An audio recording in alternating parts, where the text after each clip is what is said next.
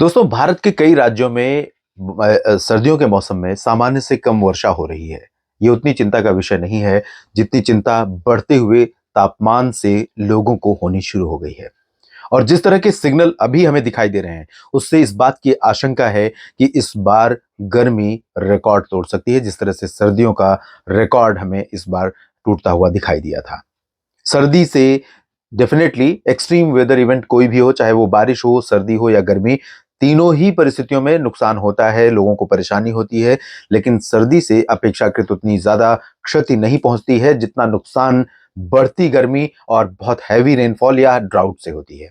फिलहाल भारत के तमाम इलाकों में सामान्य से तकरीबन 3 से 6-7 डिग्री सेल्सियस तक अधिक तापमान रिकॉर्ड किए जाने लगे हैं दिन के समय में। ये आप देख सकते हैं दक्षिण भारत के वो रीजन और सेंट्रल इंडिया के तमाम हिस्से, पूर्वी भारत और पश्चिमी भारत, इन सभी जगहों पर सामान्य से अधिक तापमान रिकॉर्ड किया जा रहा है। कल 34.5 डिग्री सेल्सियस तापमान रिकॉर्ड किया गया राजस्थान के बाड़मेर में। वजह पश्चिमी हवाएं थी और यहाँ पर धूप लगातार पिछले कई दिनों से हो रही थी। तो राजस्थान उन राज्यों में से है जहां पर गर्मी का समय और गर्मी की तीव्रता सबसे ज्यादा होती है पूरे भारत के क्षेत्रों में। और इस समय अगर अधिकतम तापमान की बात मैं करूं तो सबसे ज्यादा कोस्टल रीजन से लेकर इन पूरे कोस्टल रीजन्स में और इंटीरियर पोर्शन में महाराष्ट्र, छत्तीसगढ़, उड़ीसा, तेलंगाना और आंध्र प्रदेश, कर्नाटक, केरल, तमिलनाडु, इन भागों में, और गुजरात, साथ ही साथ झारखंड में कुछ स्थानों पर तापमान काफी ज्यादा रिकॉर्ड किए जा रहे हैं। लेकिन मैं आपको बता दूं कि 37 डिग्री सेल्सियस तापमान अगर कहीं पहुंचेगा लगभग, तो यहां पर पहुंचेगा आंध्र प्रदेश और तेलंगाना के आसपास के क्षेत्रों में। और ये जो पोर्शन है यहाँ पर लगभग सामान्य से 5 से 7 डिग्री सेल्सियस एवं नॉर्मल टेम्परेचर रिकॉर्ड किया जाएगा। ये परसों का टेम्परेचर का प्रोजेक्शन है 12 फरवरी का। और यही कंडीशन आपको महाराष्ट्र के कोस्टल रीजन्स में, साउथ इंटीरियर कर्नाटक में, तेलंगाना के तमाम इलाकों में और धीरे धीरे गुजरात के ऊपर और राजस्थान के ऊपर भी देखने को मिलेंगी। राजस्थान में टेम्परेचर बढ़ेगा। ये 12 फरवरी का 4 बजे का टेम्परेचर का प्रोजेक्शन है। और 13 फरवरी को अगर आपको दिखाऊं तो ये कंडीशन यहाँ पर आप देखिए काफी राहत है। लेकिन ये 13 फरवरी को यहाँ पर गर्मी बढ़ जाएगी। 13 फरवरी और 14 फरवरी को यहाँ पर टेम्परेचर बढ़ना शुरू हो जाएगा, क्योंकि हवाओं का रुख फिर से यहाँ पर बदलेगा और यहाँ पर थोड़ा सा चेंजेस आएंगे। लेकिन गर्मी बढ़ रही है, ये बड़ी चिंता का विषय है। इस बीच मौसमी सिस्टमों की अगर हम बात करें तो क्लाउड कन्फिगरेशन उत्तर भारत के क्षेत्रों में जो बने हुए हैं वो इंडिकेट कर रहे हैं कि उत्तर भारत के पहाड़ों पर गतिविधियां लगातार हो रही हैं और होती रहेंगी अगले कुछ दिनों के दौरान। अगले 2 दिनों तक, 3 दिनों तक तो इसका इम्पैक्ट रहेगा। इस सिस्टम के जाते ही पीछे से एक और सिस्टम पहुंचेगा। लेकिन क्योंकि अब उत्तर भारत में आने वाले पश्चिमी विक्षोभों का जो ट्रैक है वो थोड़ा सा उत्तर की तरफ से होने की वजह से पहाड़ी क्षेत्रों पर कम प्रभाव हो रहा है और मैदानी इलाकों में प्रभाव ना के बराबर दिखाई दे रहा है। फिलहाल कश्मीर से लेकर उत्तराखंड के बीच में और यहाँ पर सिक्किम, उप हिमालय, पश्चिम बंगाल और उत्तर पूर्वी बिहार से लेकर अरुणाचल, असम, मेघालय तक तमाम जगहों पर बादल बने हुए हैं। वैसे हाई क्लाउड्स और कह सकते हैं हवाओं में धुंध या हवाओं में मॉइस्चर, हवाओं में नमी, यहाँ पर गंगेय पश्चिम बंगाल, उड़ीसा, छत्तीसगढ़, महाराष्ट्र और तेलंगाना, कर्नाटक, केरल, तमिलनाडु, इन भागों पर भी मॉइस्चर है। लेकिन ये मॉइस्चर यहाँ पर बादल में कन्वर्ट नहीं होगा और बादल में जब तक कन्वर्ट नहीं होगा डेंस क्लाउड में, तब तक बारिश की उम्मीदें भी नहीं रहेंगी। बस ये यहाँ पर सिर्फ इतना करेगा कि जिस समय ये मॉइस्चर रहेगा उस दौरान धूप का असर कम रहेगा। लेकिन अगर उमस बढ़ी तो गर्मी असहनीय हो जाएगी अभी से।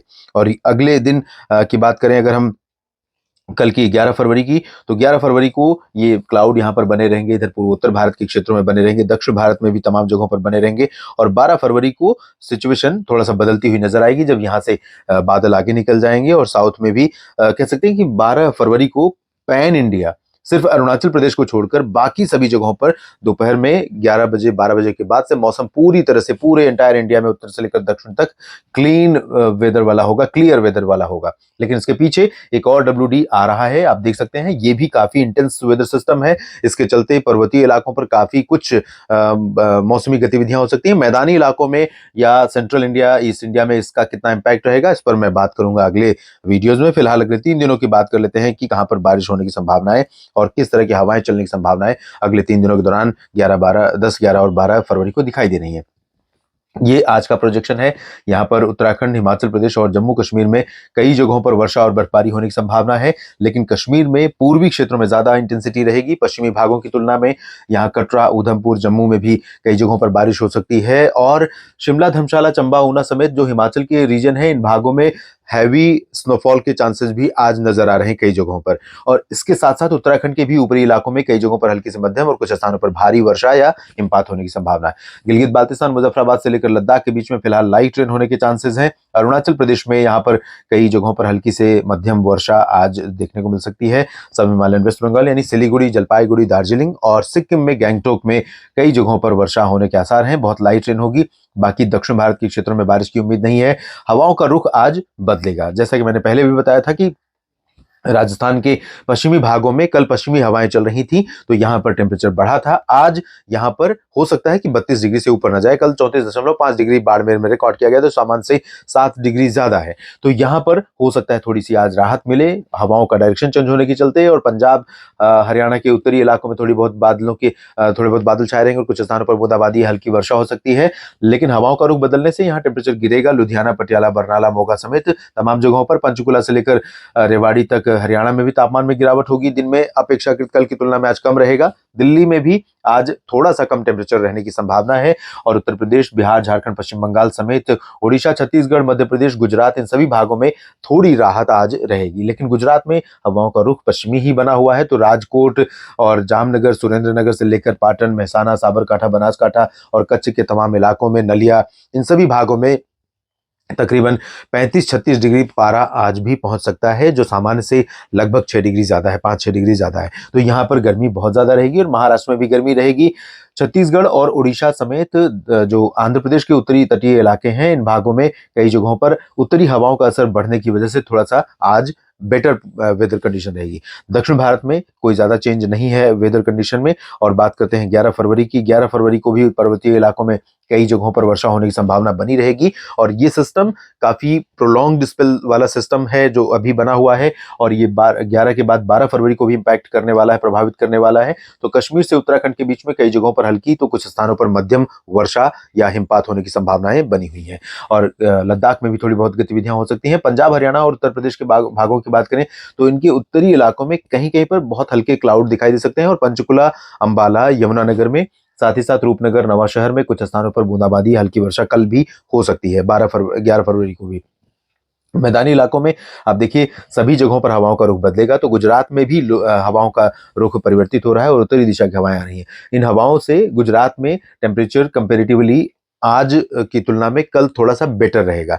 आज से कम 1 या 2 डिग्री कम रिकॉर्ड किया जाएगा। राजस्थान में भी, पंजाब, हरियाणा, दिल्ली, उत्तर प्रदेश और बिहार, झारखंड, पश्चिम बंगाल में भी। लेकिन इन सभी रीजन में, एंटायर रीजन में पूरा ब्राइट सनी स्काई रहेगा और बहुत तीखी धूप होने के चलते भी गर्मी का एहसास होगा। लेकिन ये ठंडी हवाएं थोड़ा सा उसको नियंत्रण में रखेंगी। लेकिन समय से पहले जिस तरह से शूट अप कर रहा है टेम्परेचर और जिस तरह से तेज धूप जमीन पर पहुंच रही है, वो बहुत चिंता का कारण है। क्योंकि ये कहीं ना कहीं सिग्नल इस बात का है कि जो अल्ट्रावायलेट रेज हैं, या जिसे जो कह सकते हैं कि ओजोन लेयर है जो इन रेज को फिल्टर करती है, वो लगता है, वो ऐसा प्रतीत होता है कि वो कमजोर हो रही है और उसका दुष्प्रभाव हमें देखने को मिलेगा। और यहाँ पर साउथ इंडिया में, सेंट्रल इंडिया में तमाम जगहों पर इस हवाओं का रुख उत्तरी रहेगा। अरुणाचल में बारिश की गतिविधियां लगातार बनी रहेंगी। और बात करते हैं 12 फरवरी की। 12 फरवरी को थोड़ी बहुत एक्टिविटी होगी और उसके बाद सिस्टम आगे निकल जाएगा। अगला सिस्टम उसके बाद अपना तेजी से आगे बढ़ते हुए फिर से पर्वतीय इलाकों पर नए स्पेल की शुरुआत करेगा।